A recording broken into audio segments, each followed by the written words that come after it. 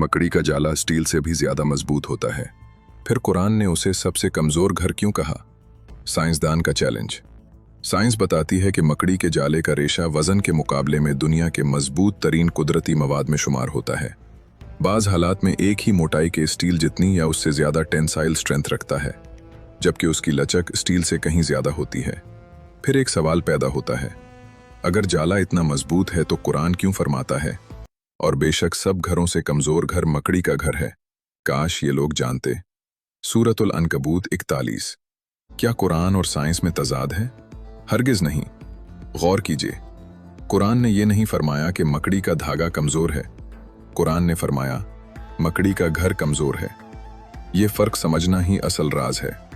मकड़ी का बारीक रेशा अपनी जगह हैरत अंगेज हो सकता है, लेकिन एक घर सिर्फ दीवारों से नहीं बनता, बल्कि तहफ़्फ़ुज़, सुकून और ख़ानदान से बनता है।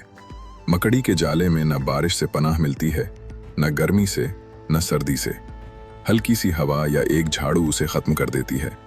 ये रिहाइश के एतबार से ना मजबूत किला है और न महफूज पनाहगाह। इससे भी ज़्यादा हैरानकुन बात यह है कि मकड़ियों में ख़ानदानी निज़ाम इंतहाई कमज़ोर होता है।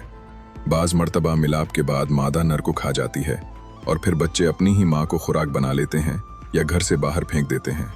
गोया जिस घर को मोहब्बत, तहफ़्फ़ुज़ और रिश्तों की अलामत होना चाहिए, वहाँ बाज़ अक़साम में रिश्ते ही बका की जंग बन जाते हैं। ये वो फ़लसफ़ा है जो कुरान समझाता है। इसका ज़ोर रेशे की इंजीनियरिंग पर नहीं, बल्कि उस घर की हकीकत पर है जो न तहफ़्फ़ुज़ देता है और न मजबूत सहारा। ये आयत दरअसल एक मिसाल है। अल्लाह ताला फरमाते हैं कि जो लोग अल्लाह को छोड़कर दूसरों पर ऐसा भरोसा करते हैं जैसे वो उन्हें हर मुश्किल से बचा लेंगे, उनका सहारा मकड़ी के घर जैसा है, ज़ाहिरी तौर पर मौजूद मगर हकीकी आजमाइश में कमज़ोर। यही कुरान का एजाज़ है। साइंस हमें रेशे की ताकत बताती है और कुरान हमें सहारों की हकीकत समझाता है। और बेशक सब घरों से कमज़ोर घर मकड़ी का घर है। काश ये लोग जानते। कुरान का इल्म चोटी का इल्म है और साइंस और साइंसदान हमेशा उसके मोहताज रहेंगे। आपको बात समझ में आ गई तो अल्हम्दुलिल्लाह कहना मत भूलना।